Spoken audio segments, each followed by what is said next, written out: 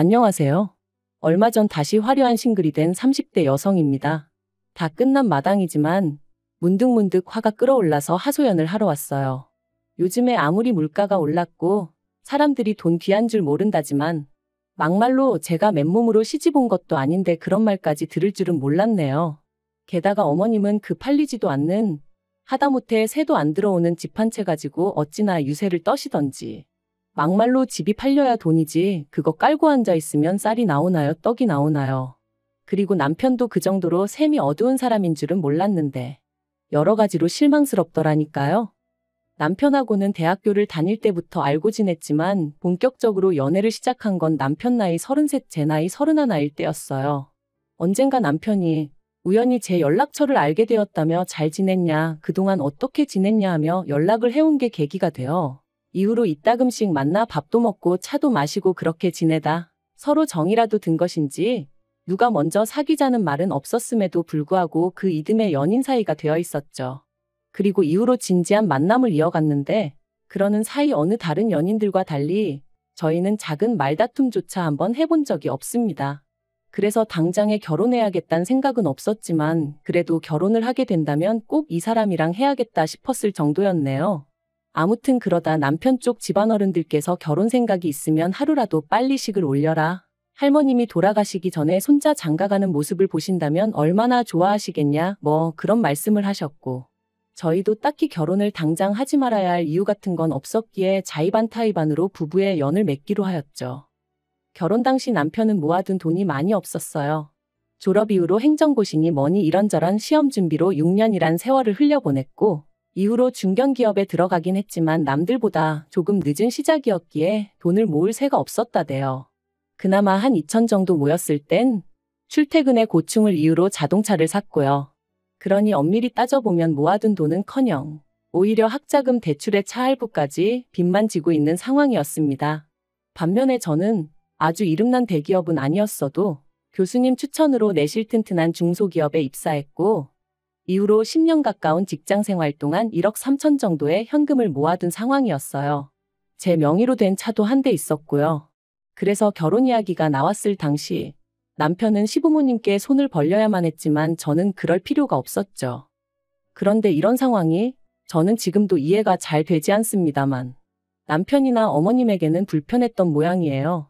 특히나 어머님은 제가 돈이 있고 없고를 떠나서 아무리 그래도 그렇지 친정부모라는 사람들이 어떻게 딸을 몸만 덜렁 시집을 보내려 드냐며 몇 번이나 남편에게 따로 연락을 하셔서는 불평을 하셨던 모양이데요. 그리고 의도치 않게 그 사실을 알게 된 저로서는 전후 사정을 떠나 그런 어머님이 불편하게만 느껴졌죠. 게다가 그런 제 속내와는 상관없이 남편은 남편대로 자기가 저보다 벌어놓은 돈이 적다는 게 마음에 걸린다며 청첩장까지 나오고 신혼집 전세계약까지 다 마친 마당에 뜬금없이 차라리 시댁에 들어가 살면 어떻겠냐는 말도 안 되는 소리를 하더라고요.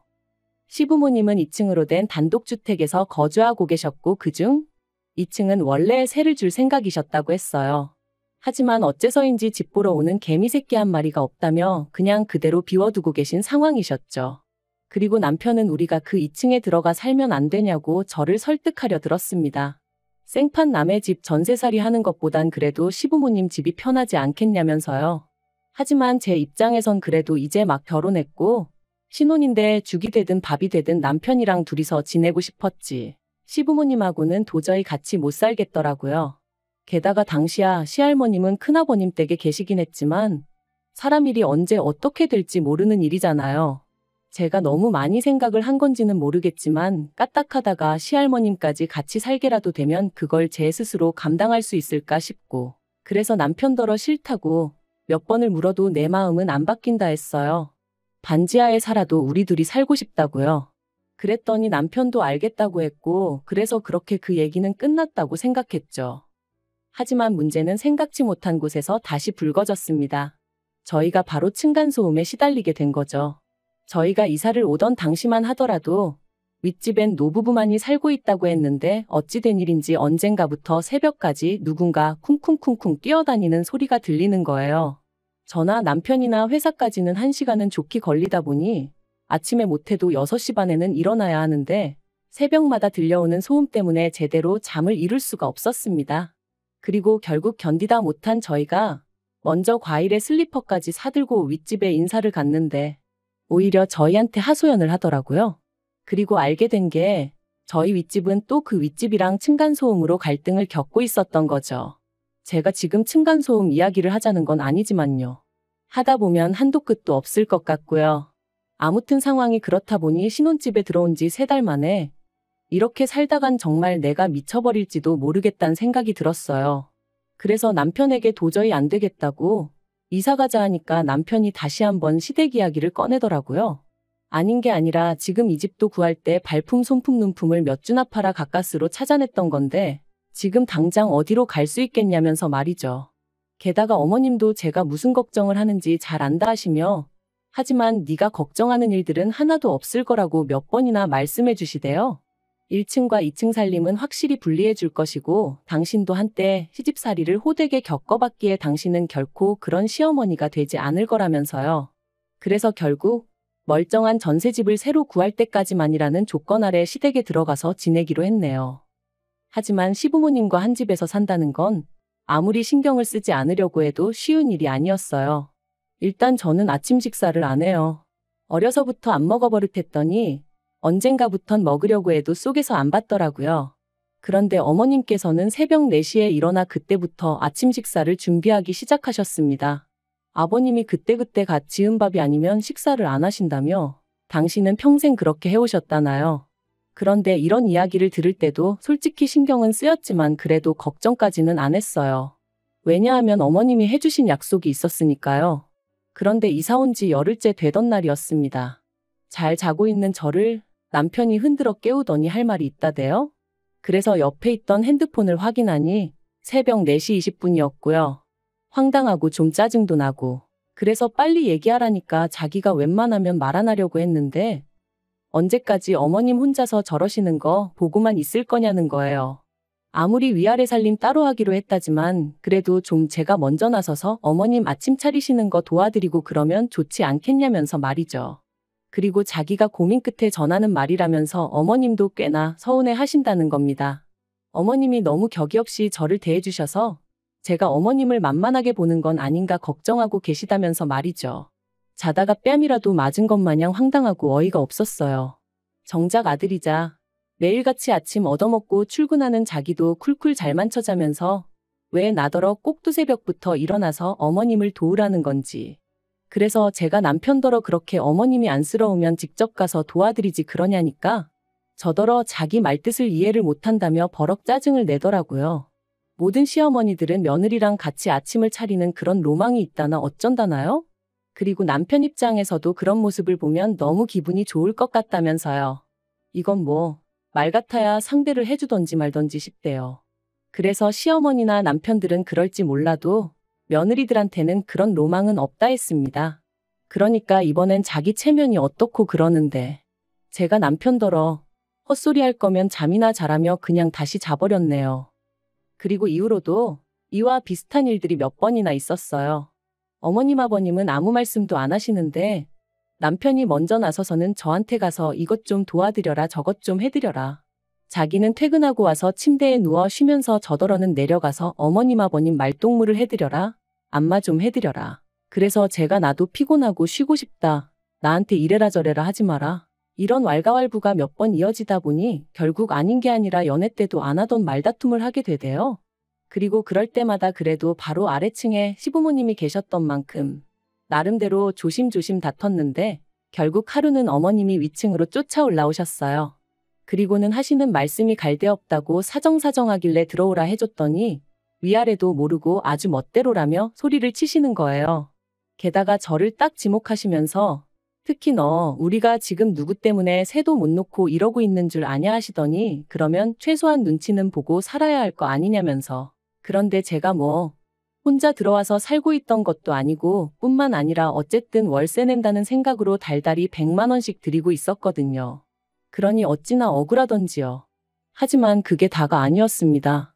어머님께선 말이 나왔으니 하는 말이라 하시면서 옆에서 지켜보니 제가 남편을 너무 무시한다는 거예요.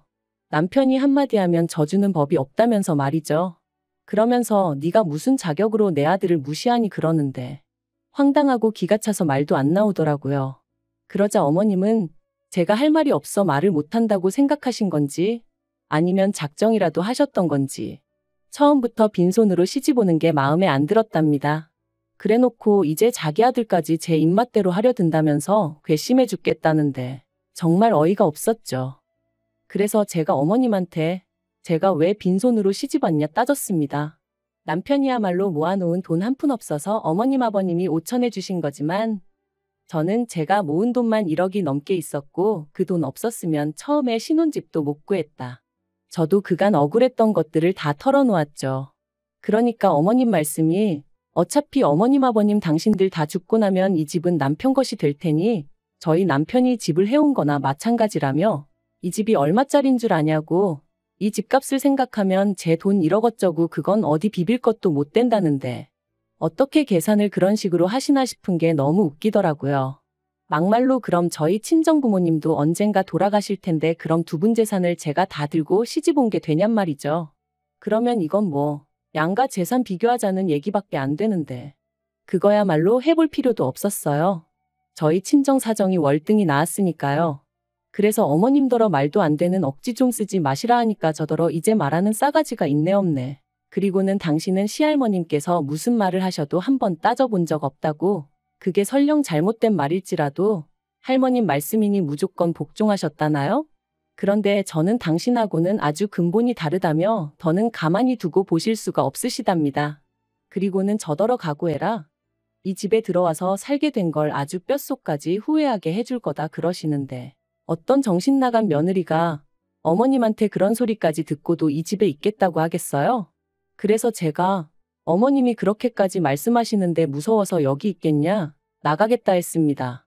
막말로 제가 친정이 없는 것도 아니고 돈이 없는 것도 아닌데 제가 나가야지 더는 못 있겠다 그랬죠. 그러자 이제껏 입 딱 다물고 있던 남편이 기껏 한다는 소리가 너는 그냥 죄송합니다 한마디 하면 끝날 걸 왜 이렇게 일을 키우냐면서 어머님이 틀린 말씀을 하신 것도 아니고 솔직히 지금 우리가 어머님 댁에 신세지고 있는 건 맞지 않냐며 그럼 그냥 나 죽었소 있으면 된다나요? 그리고 그렇게 억울하면 제 1억을 어머님한테 전세보증금처럼 드리라며 그럼 어머님도 더는 저희한테 얹혀산이었더니 말씀 못하실 거 아니냐는데 그리고 어머님도 옆에서 마치 기다렸다는 듯이 당신 아들이 맞는 말만 한다며 남편 말대로 1억을 내놓으라셨습니다. 나중에 저희 분가할 때 주시겠다면서 말이죠. 그런데 어째서인지 소름이 쫙 끼치대요. 왜인지 어머님하고 남편이 뭐랄까 제 1억을 어떻게든 가져가려고 짠 것 같은 느낌이 들었으니까요. 그래서 제가 어머님한테 1억을 보증금으로 드리면서까지 이 집에 살고 싶은 마음은 없다. 그럴 것 같으면 차라리 방을 구해 나가자 했습니다. 그리고는 남편에게 반지하도 옥탑방도 상관없다. 우리 형편에 맞게 살자 했거든요. 그랬더니 남편이 자기가 왜 그런 힘든 상황을 또 겪어야 하냐는 거예요. 자기는 여기 사는데 아무 불만 없다면서 말이죠. 이건 정말이지 자칫하다가 눈 뜨고 코 베이게 생겼더라니까요. 저는 죽어도 못 준다 버텼고 어머님은 지 남편 말 알기를 뭐같이 안다며 화를 내셨고 남편은 남편대로 저더러 일을 복잡하게 만든다고 짜증이었으니 그리고 이 모든 게 어쩐지 제 앞날을 고스란히 보여주는 느낌이었습니다. 그래서 남편더러 이럴 것 같으면 그냥 따로따로 살면 되겠네 해버렸어요. 이혼하자는 말은 아니었고 홧김에 내지른 거긴 했지만요. 그런데 남편은 이혼하잔 소리로 들은 건지 그러면 제가 갈라서 자고 한 거니 위자료를 내놓으랍니다. 아니 결혼 생활을 반년도 안 했는데 막말로 부부가 살다 보면 싸울 수도 있고 어머님하고 며느리가 부딪힐 수도 있는 건데 무슨 위자료를 내놓으라는 건지 황당하기 짝이 없더라고요. 그리고 그게 남편의 속내라는 생각이 드니 더는 이 결혼 생활을 이어가는 게 의미가 있나 싶은 지경이었습니다. 차라리 저더러 무슨 말을 그렇게 하냐? 하고 화를 냈으면 제가 아차 싶었을지도 모르는데 말이죠. 아무튼 저도 화가 났고 배신감까지 들어서 위자료 같은 소리 한다고 그냥 이대로 다 끝장을 보자 했어요. 그리곤 소리를 질러대니 어머님이 기절할 듯 놀라시며 아래층으로 내려가셨고 저는 저대로 짐 챙겨서 그 길로 친정으로 올라왔습니다. 저희는 그렇게 이혼했어요. 이혼이라고 표현은 했지만 혼인신고를 한 적도 없으니 일이 너무나 빠르게 해결되었죠. 사실 제가 제 짐을 싸서 올라가고 일주일이 지나도록 시댁으로 돌아오지 않으니 그제서야 남편도 시부모님도 뭔가 잘못됐다 생각했던 모양이었습니다. 남편이 아버님하고 같이 저희 친정에 찾아왔으니까요. 그런데 그 두 사람에게 저희 친정아버지께서 남남이다 생각하고 살라고 그 집구석에 우리 딸 다시 못 보낸다 하셨다대요. 그리고 아버님은 그래도 며느리가 참는 게 도리 아니냐. 내 마누라도 일평생 그렇게 살았고 그러니 당연히 새아가한테도 그런 걸 기대했을 거다 뭐. 그런 식으로 나름대로 변명을 하셨던 거죠. 하지만 그런 말이 저희 친정아버지한테 통할 리가 없었어요. 저희 친정아버지는 친정어머니가 시어머니인 할머니나 시누인 고모들에게 시달릴까봐 늘 친정어머니를 제일로 챙기셨던 분이셨으니까요. 그리고 아니나 다를까 친정아버지께서 저희 아버님더러 안 사도니 할 말도 못하고 하녀처럼 살았건 말았건 그건 내 알 바 아니다. 하지만 내 딸을 그렇게 살게 할 생각은 없다. 그러니 찾아오지 말라 하며 돌려보내셨답니다. 남편한테도 가진 거 쥐뿔도 없는 자식이 내 딸은 목숨만큼 사랑한대서 믿고 보냈더니 실망이다 하셨다네요. 마음 같아선 더한 소리도 하고 싶었지만 그래도 꾹 눌러 참으셨다면서 말이죠. 정말이지 누구 말대로 애라도 생겼으면 일이 훨씬 복잡해질 뻔했다 싶고 지금은 어떤 의미로는 그 층간소음 유발자에게 감사한 마음까지 들어요.